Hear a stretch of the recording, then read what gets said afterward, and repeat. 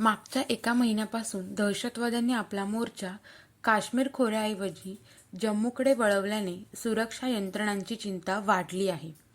9 जून रोजी जम्मूमधील रियासी येथे यात्रेकरूंच्या बसवर दहशतवाद्यांनी हल्ला केला होता. त्यामध्ये 9 प्रवाशांचा मृत्यू झाला होता.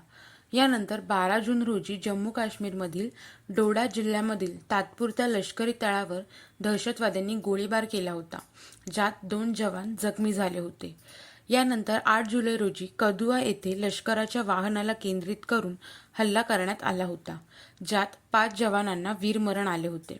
यानंतर नौशेरा येथे 10 जुलै रोजी दहशतवाद्यांनी घुसखोरीचा प्रयत्न केला, मात्र तो लष्कराच्या जागरूकतेमुळे असफल ठरला.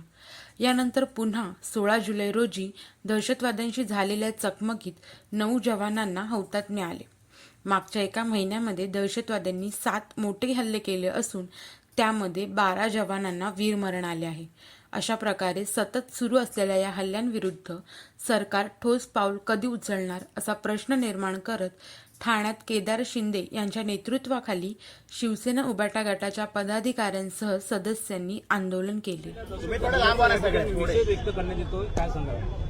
आपण बघू शकाल की या भारत देशामध्ये शेतकरी आत्महत्या करतायत आणि सुजलाम सुफलाम म्हणत असताना जे देशाचं संरक्षण करतात, ज्यांच्यामुळे आपण इकडे आनंदी राहतोय, त्या सैन्यावरती हे घुसखोरी हल्ला करतायत.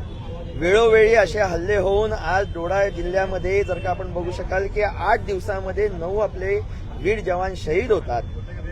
आपल्या सर्व नागरिकांना याचं दुःख तर आहेच, पण केंद्र सरकारकडनं जे पावलं उचलली गेली पाहिजेत, जे ठोस पावलं त्यांनी घेतली पाहिजेत, जे त्यांच्या या पाकिस्तानाच्या विरोधात आणि ज्या पद्धतीच्या घुसखोरांच्या या दहशतवाद्यांच्या विरोधात ज्या पद्धतीचा हल्ला चढवला पाहिजे त्या पद्धतीचा होत नाही. आणि म्हणूनच आज आमच्या पक्षप्रमुख उद्धवसाहेब ठाकरे यांच्या आदेशाने आज फक्त ठाणेत नाही तर उभ्या महाराष्ट्रामध्ये अशा पद्धतीचा निर्देश आम्ही या पद्धतीने हा विरोध करत आहोत.